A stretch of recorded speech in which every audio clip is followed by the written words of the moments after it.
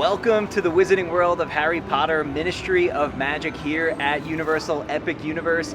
In this video, we're going to be eating at all of the different dining locations, trying some of the most popular food and drink items inside of this land to let you guys know what's worth it and what's not.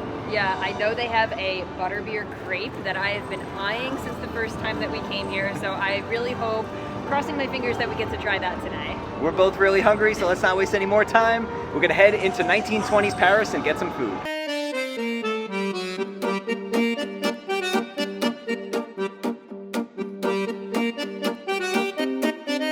Okay, the first place we stopped is Café de la Sirène.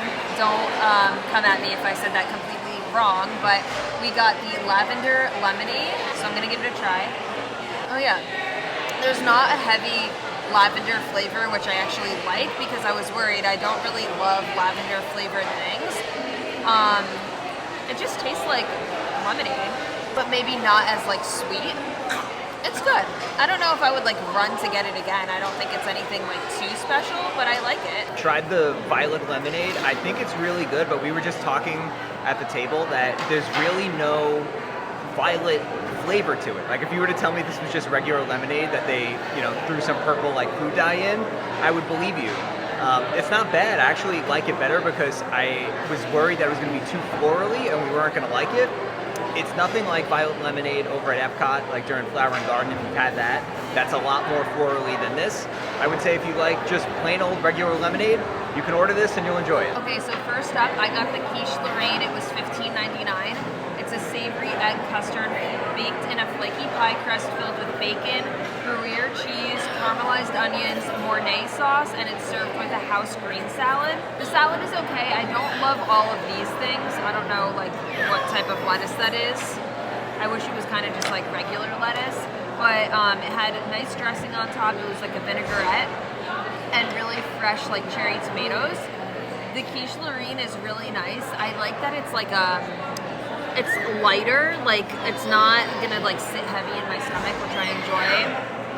The crust is very flaky, and I'm really enjoying this sauce that they have on top of it, which I've had quiche Lorraine in the past, and I don't remember sauce being on top. I don't know exactly, like it says Mornay sauce, but I don't really know what that is. But it's really good, and yeah, I'm enjoying this. I would definitely get this again. And then for my entree, I had the roasted chicken. It does have a French name, but I am not even going to make an attempt to pronounce it because I'm going to completely butcher it.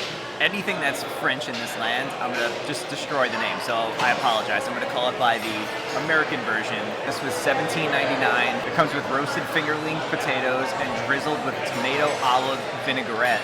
And I had hesitations about this. I thought roasted chicken in a theme park is probably going to be really dry, but this was really, really good. And we're obviously reviewing this restaurant right now. We've eaten at a lot of places in Epic Universe over our couple of visits, and everything has been great. The food is very good. It is pricey. Like the entrees here are all pushing $20, but the quality of the food that you're getting is really good. And like I said, this chicken had a lot of flavor. The tomato olive vinaigrette that was on it was also really good. I do wish they had a little bit more of that on the chicken because the flavor was so good. I was just trying to find like pieces of it to dip my chicken as I ate it, but very, very good. Definitely one I could recommend. And then something else that impressed me with this restaurant too is the presentation of the food. You get a regular fork and knife. It comes on a really nice dish that has the name of the restaurant on it. It has like a regular restaurant feel, but it's a quick service place, and this place is absolutely beautiful. So we're going to move on to dessert. This is going to be the butterbeer crepe coming up next, and this is one of the most popular items in all of Epic Universe. Right, we were talking before that I was saying, I'm sure this is going to be good, but it's outrageous that it's $20. I'm sorry. It's more expensive than every entree. Any entree, yeah. And I still think it's very pricey for a dessert, but it is very, very good. The crepe itself is nice and thin.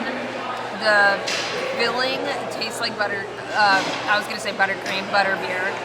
It has that butterscotch flavoring. The whipped topping, the strawberries, just like everything goes together so nicely. If you're looking for a sweet treat or a dessert, this is very good. It is pricey, like I said, but it's definitely shareable too. Like you can share it between like for sure. 3-4 people if you wanted to. Yeah, definitely. It's just the two of us right now, Yeah. but definitely something you could share and you could split it. How would you rank this among all the butterbeer treats? I definitely like this better than the cream puff that we tried. I still think the ice cream is my number one, but this is my second dessert. Ice cream, then this. It might be a little outrageous to tell you guys to spend $20 on a dessert item here at Epic when there's so many other things you could do with that money, but this is really, really good. Like Alex said, I don't think I'm gonna put it above like an actual butterbeer because that's, you know, symbolic with the Wizarding World. You walk around, you have yourself a butterbeer, but as far as like butterbeer treats, the ice cream, the cream puff, I think there's like a fudge bar that we've had in the past too. This is better than all of that. So another thing about Café de la Sirène is the beauty of it on the inside. Like I said, it's a quick service dining location, but it feels upscale, and the theming in there is incredible. It's a French cafe, but more of like an upscale French cafe, and we really, really enjoyed it in there. Definitely a place we would go back to again. I think it was really good. Like the atmosphere in there is so beautiful. It, like we said in the video, like it felt like a high scale, like fancy restaurant, but it's quick service. Yeah. And the food was really good. Like there's some other stuff that I want to try in there, so we'll definitely be back. For sure. Our friends ate there before us and said that the French onion soup was like amazing, and I love French onion soup, so we definitely have to go back because I want to try it. Yeah, Alex was like, oh, like, because it's too hot today, I'm not gonna get French onion soup. And I'm like, well, then you're probably never gonna get French onion soup because it's always hot here. I know. Except for like 2 months out of the year. I just have to bite the bullet and get it.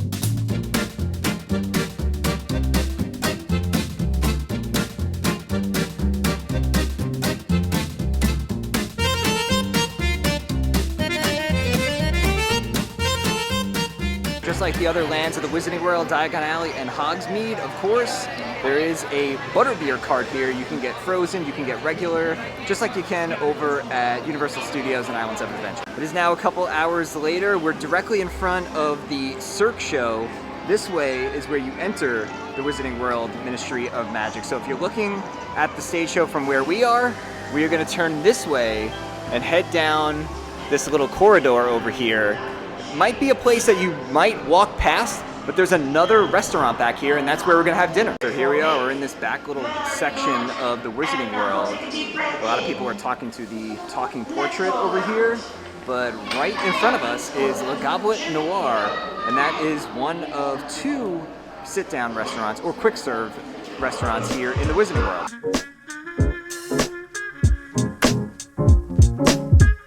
All right, here we are, we're going in. Kind of feels like a secret, right? I don't even know where to go. I think we just go around this corner over here. Very cool. Like I said, this is definitely something that's off the beaten path, but if you know, you know. So we just sat down and ordered our food here at Le Gobelet Noir, and this place is really cool. It's like a hidden off the beaten path restaurant. It's not a secret restaurant because it's advertised, but it's supposed to be like a hideout spot for dark witches and wizards as they're escaping the Paris Ministry of Magic here in 1920s Paris. So it has that feeling of like a hideout. It has like a feeling of like a pub, a lot of woods and all different artifacts around. It's really, really cool. We decided to try the non-alcoholic drink here. It's called the Le Beverage Sombre de Gobelet Noir. Hey, nice accent. Yeah, I don't think so. It was $7. It's a deliciously dark brew conjuring unique flavors of mixed fruit and topped with the eyes of plimpies, which is yogurt popping pearls. So it's almost like boba. I'm gonna give it a try. It looks kind of scary because it's so dark. I know, it looks very ominous. I can't put my finger on, like that has such a familiar flavor that I feel like I've had something like this before and I can't remember what it is. But it does taste very like fruity. The bobas are just like another like extra, you know, it makes it fun. It doesn't necessarily like the boba doesn't necessarily have like a different flavor. But the drink itself is very fruity and I just can't remember like where I've had this before. So we each got an entree and then we got one that we're gonna share plus a dessert. And the entree that I got was the Wizard's Brew bratwurst sandwich. This was $16.99. It's roasted bratwurst, caramelized onions, Wizard's Brew beer cheese, German mustard served in a pretzel bun with the choice of house salad or tavern frites, aka fries. I decided to get the house salad with this one because one of the entrees we got does come with fries. So I figured might as well try each of the sides, and I think this is really good. I love anything that you put on a pretzel bun. I'm not the biggest fan of like sausage or bratwurst, but this one is actually very good. And the addition of the caramelized onions with the beer cheese on there is awesome. It's a very hearty and like borderline heavy sandwich, so just keep that in mind if the weather's gonna be hot, but flavor wise it's good. And then the salad is awesome as well. The dressing that's on there is excellent. I got the beef goulash. It was $18.99. It's braised beef stew with tomatoes, peppers, potatoes, seasoned with Hungarian paprika and egg noodles, and then it comes with like some bread on the side where you can like dip it in the stew. I already had a few bites. It's really good. Like the seasoning and like the flavors are definitely there. The one thing I will say is the beef isn't as tender as I would like. It's a little bit like on the chewier, like tougher side, but the flavors make up for it because it's really delicious. And that's what they give you the bread for, the dipping. This is really good. And I tried some of Matt's sandwich as well. I really liked that. Yeah, and I tried some of the stew. I thought it was excellent. Like, I know you said that you wish it was a little bit more tender. The pieces that I had were really good. And it's like a nice hearty meal that you would have on like a chilly like winter's day. Yeah. Obviously maybe not ideal for Orlando, but flavor-wise it's awesome. It's very good. I'm just weird with my meat. Like I did have to cut off a few like fatty pieces, but that's just me. Like I'm sure like the average person would think it's fine, but I would still get this again. Like the flavors are so good. The noodles like pair really well with it too.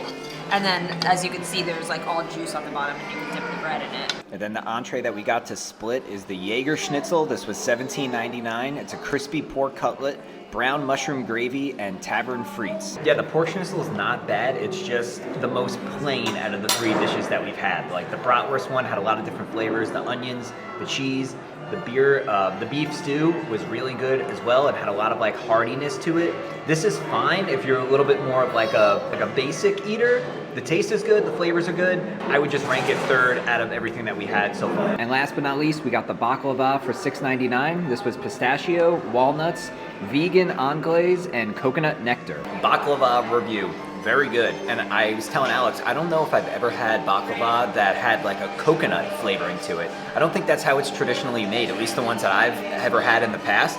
But this was really good. It tastes just like a traditional baklava, but with that like coconut twist to it. So I would say if you don't like coconut, you're probably not gonna like that. But if you do like coconut and you like regular baklava, that just takes this one to a whole nother level. So another solid dessert here in the Wizarding World. All right, so we just wrapped up our dinner over at Le Gobelet Noir. It was good. Again, another good food spot. Yeah, I'm very impressed with the food in really all of Epic Universe. Yeah. Like, it does not taste like theme park food. Like, everything that we have tried today and the other days has been 10 out of 10. Like, Yeah. I haven't had any complaints with the food. There isn't anything in the Wizarding World that I wouldn't get again. Like I said, the pork schnitzel was my least favorite of what we got, but it doesn't mean it was bad. It was just, out of the three things we had, it was my least favorite. I would definitely get it again.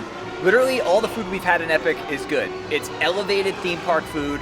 The prices reflect that. It's a little bit pricier than if you would get food over at like Studios or Islands of Adventure, but the quality has been really good. So I just hope that it maintains this quality throughout time, because everything's good in the beginning. We'll see how it is, a few months, couple years down the line, but overall very impressed with the food. Yeah, me too. All right, that's going to do it for this video. We hope you guys enjoyed coming along with us as we ate our way around the Wizarding World of Harry Potter here at Epic Universe. There's plenty of other things to try that we'll be back for, but in this video we wanted to focus on the two quick service restaurants. Yeah, and I enjoyed everything that we had. Everything has been really good, so if you guys are coming to Epic Universe, I don't think that there's a bad place to eat, really. Can't go wrong. If you're coming to the Ministry of Magic, there's a few different places you can eat, and I think that you'll be very happy with whatever you try. Yeah, we'll definitely be back at these places to try some other things on the menu. But if you guys enjoyed this video, make sure you give it a nice big thumbs up. Subscribe to the channel down below so you don't miss out on all of our future Epic Universe videos to come. And with that being said, we'll see you guys real soon.